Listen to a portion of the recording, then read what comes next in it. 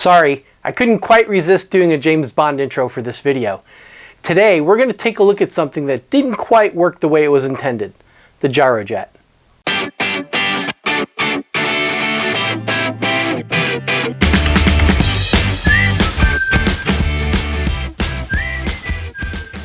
If you haven't guessed, today's video has a connection to James Bond. And if you're a fan of James Bond movies, and really, who isn't, one of the things I look forward to the most is when Q shows Bond all the new tools that he's developed for his missions. But in the movie You Only Live Twice, with Sean Connery playing the role of Bond, by the way, best Bond ever, it isn't only 007 who has all the cool toys. Tiger Tanaka and his band of modern ninjas. No, not those ninjas. Yeah, those are the right ninjas. We're using a new invention that shot rocket-propelled bullets, the Gyrojet. In the movie, they called them rocket guns. Fine gun. Or rocket gun. The Gyrojet was conceived by two men, Robert Mainhart and Art Beal. They formed a company called MB Associates in San Ramon, California in order to develop the guns and the rocket-propelled rounds. They wound up developing a whole family of weapons to include a pistol, a carbine, and a rifle. But from what I've read, only the pistol and the carbine were developed in any significant numbers. By the way, a lot of this information came from the book An Introduction to MBA Gyrojets and Other Ordnance by a gentleman named Mel Carpenter. Now, Mel is arguably the foremost expert in the world on gyrojets, and his book is over 500 pages on everything you could ever want to know about these guns and their derivatives, as well as other products developed by MB Associates. Now, Mel was kind enough to send me a copy of his book, which is still for sale and is still regularly being updated as he finds new information to complete his history of the Gyrojet. He even posts new chapters on his website, gyrojet.net, as they become available. What makes the Gyrojet different from other modern firearms? Well, like I said, it didn't shoot a traditional bullet. It shot a rocket-propelled round of around 50 caliber that had no casing and left no spent shell behind. Among other benefits, it was said to be armor piercing. It's said that there were some other benefits to the Gyrojet as well. For one, that it's silent. Well, it's not silent, although it is quieter than many firearms, but we'll take a look at that later. Second was that it could shoot underwater. I don't know how well the Gyrojet could shoot underwater because the shape of the round would probably prove fairly clumsy to move efficiently in water. Supposedly the Lancejet, also designed by MB Associates, was developed specifically for that purpose, but I don't know how well that really worked either. It's also said that it can be used in space.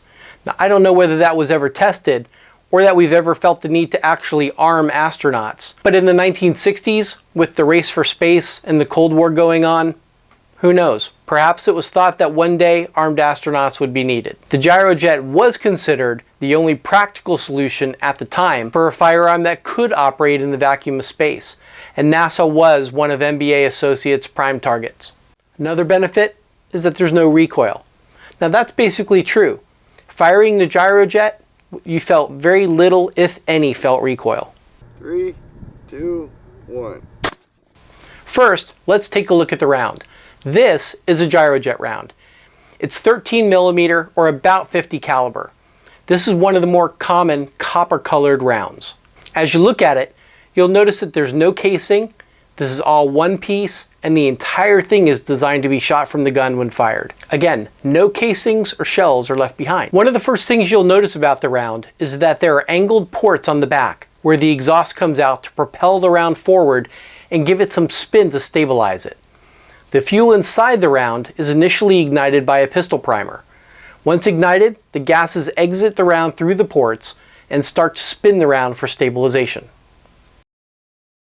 The barrel of the gun is not rifled, so the round needs to spin on its own if it's going to stabilize at all.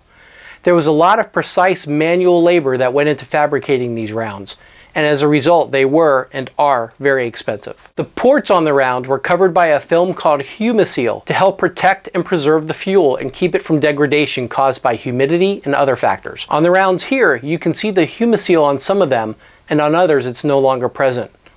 The rounds we fired had no Humiseal left on them, and they still fired 100%. These rounds were very few in number to begin with and haven't been manufactured for almost 50 years. So every round that is shot means that there's one less in existence in the world and no more are being made. Back in the day, when normal rifle rounds sold for maybe a nickel or a dime a piece, these sold for several dollars each.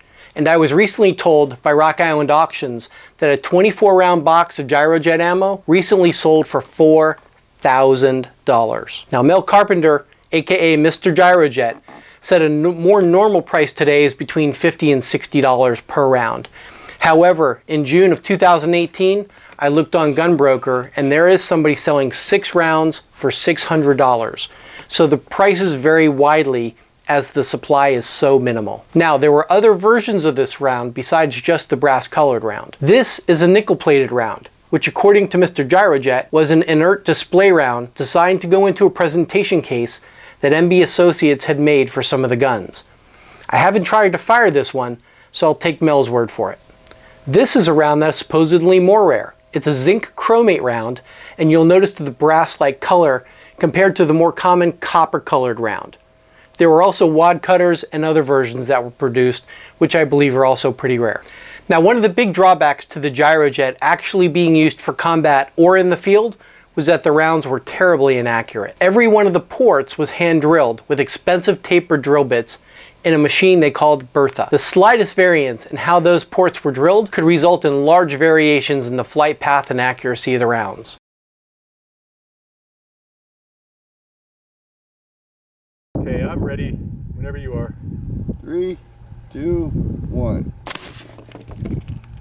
In addition, the expensive tapered drill bits were known to break frequently, temporarily bringing production to a screeching halt. So you may ask, why shoot these rare Gyrojet rounds? Well, one of the reasons we did it is we didn't see much footage of actual Gyrojets being fired on YouTube, and we wanted to try to confirm or debunk some of the myths surrounding this gun. We also thought it would be cool to get some footage of these rocket-propelled rounds in slow motion, and Jeff's Chronos camera fit the bill perfectly for that. So, we can confirm that the Gyrojet isn't the most accurate gun in the world, and although not silent, it certainly is quieter than most guns. We didn't wear any hearing protection, and that was really no problem. I'm not sure how accurately the camera captured the audio gain of the rounds being fired, but I would compare it as being similar to a suppressed 5.56 rifle. Unfortunately, I wasn't able to test how well it fires in space, so that'll just have to go unconfirmed for now. Although, if one of the Mythbusters has an idea of how to test it in a space-type vacuum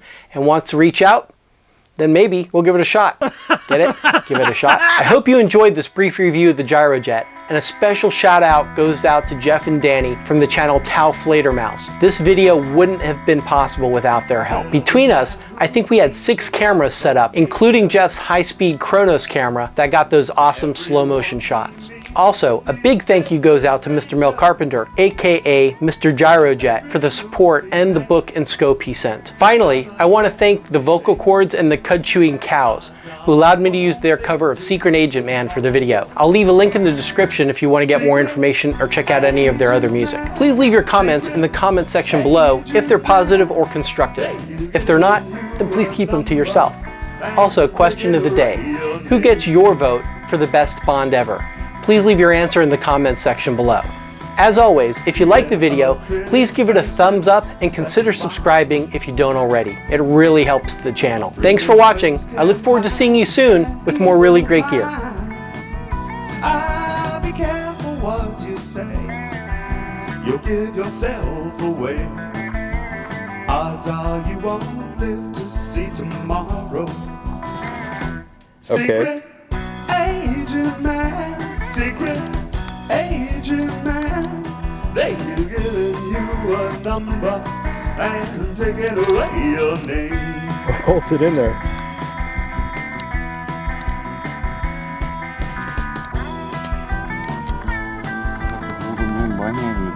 Wow, it doesn't have any way to retain them. Go ahead. There you go.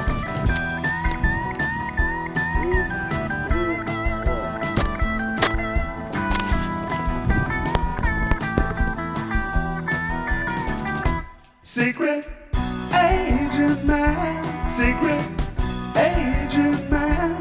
They've given you a number I'm and going to aim taken away to your the name. right side of the watermelon. I'm ready. swinging on the Riviera one day, and then laying in the Bombay Alley next day. I know you let the wrong words slip while kissing persuasive lips. The odds are you won't live to see tomorrow. 256. Secret agent man, secret agent man, they've given you a number and taken away your name.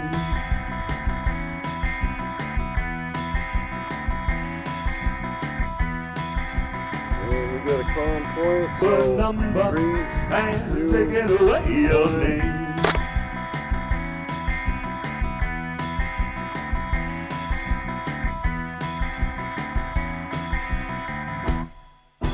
Secret agent man. Derita, derita, derita. Stop, stop, stop. Okay, okay. Up, up, up, up, up, up, up. Don't move. Ah, las paragus.